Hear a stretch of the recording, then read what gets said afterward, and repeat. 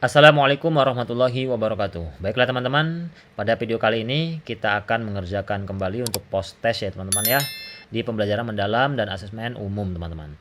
Di video sebelumnya untuk PPA umum 1 dan 2 telah kita kerjakan teman-teman dengan hasil maksimal 25 ya teman-teman ya.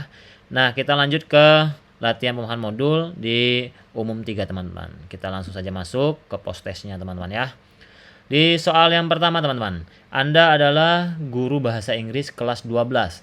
Ketika mengamati tugas makalah yang dikumpulkan peserta didik di semester lalu, Anda merasa bahwa kemampuan menulis dalam bahasa Inggris perlu diasah lebih lanjut.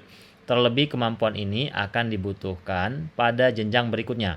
Di sisi lain, Anda belum memiliki asesmen apapun terkait dengan kemampuan menulis dalam bahasa Inggris. Apa tindakan yang akan Anda lakukan bila menghadapi situasi ini? Yang A. Menggunakan asesmen yang selama ini digunakan. Yang B. Memikirkan strategi asesmen yang paling relevan. Yang C. Memberikan tugas menulis jurnal mingguan agar progres kemampuan juga terlihat. Yang D. Menugaskan esai panjang saat sumatif akhir semester atau SAS. Yang E. Mencoba membuat ujian tulis dengan pertanyaan singkat. Oke, di sini sudah terlihat juga untuk jawabannya ini lebih tepat yang C ya teman-teman ya, memberikan tugas menulis jurnal mingguan. Lanjut kita ke soal nomor 2.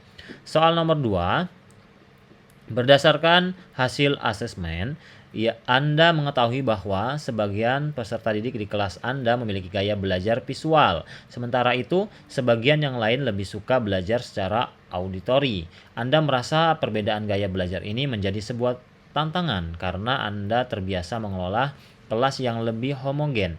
Apa prioritas tindakan yang Anda lakukan bila menghadapi situasi ini? A. Membagi peserta didik ke dalam kelompok-kelompok kecil berdasarkan gaya belajar mereka. B. Berupaya merencanakan aktivitas yang memungkinkan tiap peserta didik bekerja secara individual sesuai gaya belajar masing-masing. Yang C. Memikirkan metode pengajaran yang tidak hanya mengandalkan satu jenis media. Yang D. Menyediakan sumber belajar yang mencakup berbagai jenis media seperti teks, video, dan presentasi lisan. Yang E. Mengusulkan kepada koordinator kelas untuk lebih homogen dalam membagi kelas untuk mempermudah proses pembelajaran. Nah, jawaban yang paling tepat ya teman-teman ya, kita menyediakan sumber belajar yang mencakup berbagai jenis media seperti teks, video, dan presentasi lisan. Jawabannya yang D. Kita lanjut ke soal yang ketiga teman-teman. Soal yang ketiga, Anda mengetahui adanya dua suku asal peserta didik yang sama-sama dominan di kelas Anda. Kedua kelompok ini sering terlibat konflik, baik secara sengaja maupun tidak, sehingga kerap berdampak terhadap proses pembelajaran di kelas. Beberapa kali Anda berusaha untuk memediasi, namun tingginya prasangka yang dimiliki antara kelompok membuat kondisi tidak kunjung membaik. Selaku guru kelas, apa yang akan Anda lakukan jika menemui situasi ini? Yang A. Membuat kelompok dengan anggota yang membaur antar kedua suku tersebut dan memberikan tugas kolaboratif. Yang B.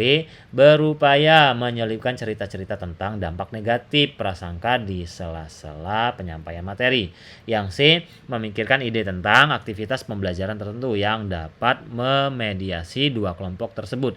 Yang D. Menyampaikan materi dan mendampingi belajar sebagaimana biasanya tanpa terlalu memikirkan situasi tersebut.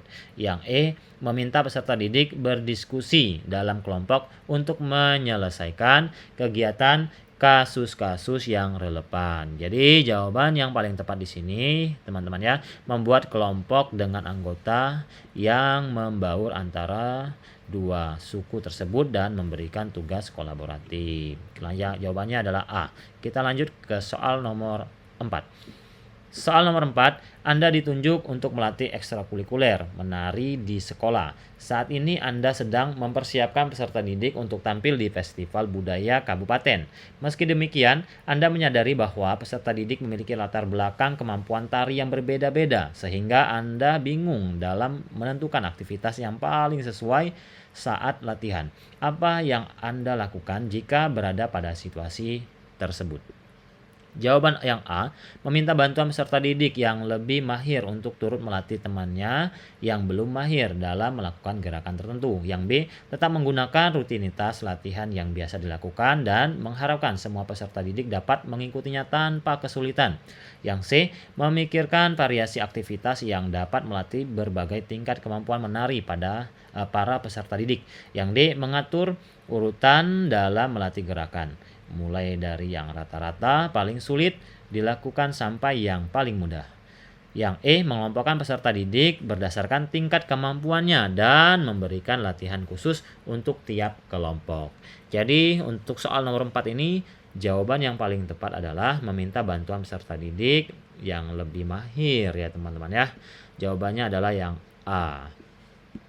Kita masuk ke soal terakhir, soal nomor 5. Anda adalah guru matematika yang akan mengajarkan materi perkalian bilangan ratusan. Ketika Anda memberikan soal di kelas, hanya sebagian kecil peserta didik yang dapat menyelesaikan soal dengan benar. Setelah dilakukan asesmen lebih lanjut, ternyata ada beberapa peserta didik yang baru dapat melakukan perkalian bilangan puluhan. Bahkan ada pula peserta didik yang belum memiliki hafalan perkalian bilangan satuan.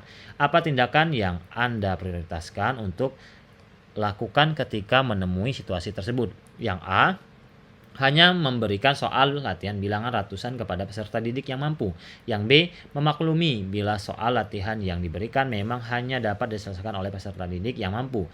Yang C, tetap mengajarkan perkalian bilangan ratusan namun secara perlahan agar semua peserta didik paham. Yang D, memberikan soal-soal latihan yang sesuai dengan kemampuan matematika setiap peserta didik.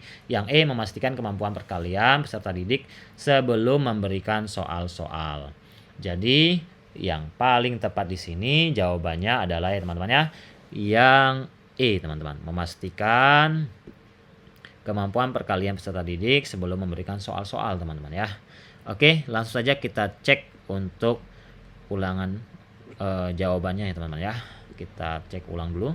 Yang pertama C, kedua D, ketiga A, keempat A, dan kelima C. Kita kumpulkan. Berapakah nilai kita? Ternyata nilainya 25 dari 25 poin ya teman-teman ya. Oke teman-teman, sekian untuk video kali ini. Semoga dapat bermanfaat. Semangat selalu pejuang PPG ya. Semoga kita semua lulus di tahun 2025 ini. Wassalamualaikum warahmatullahi wabarakatuh.